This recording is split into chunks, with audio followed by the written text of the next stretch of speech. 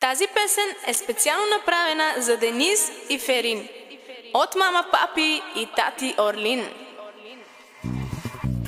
Deniz и Ferin çok seviyorum. Kalbimde sizinle yaşıyorum.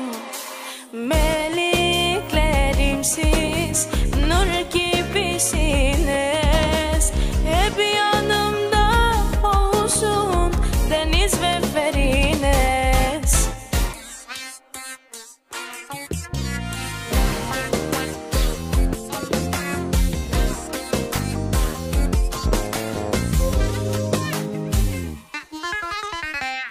За моите деца живея, за моите деца копнея.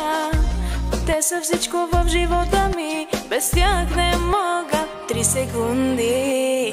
За тях ще работя, за тях ще се мъча. Бъдеще ще им дам, всичко да си имат. Денисък Deniz, Ferinak Ferin, seni seviyorum ah canım benim.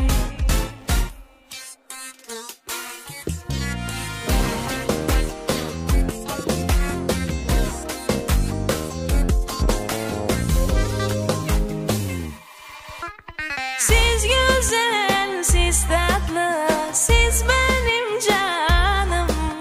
Sevgiyle dolu her günüm yanım.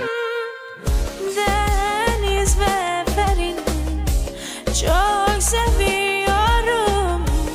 Kalbimde sizinle yaşıyorum. Moja král Deniz, moja ta kraljica Ferin. Moja král Deniz, moja ta kraljica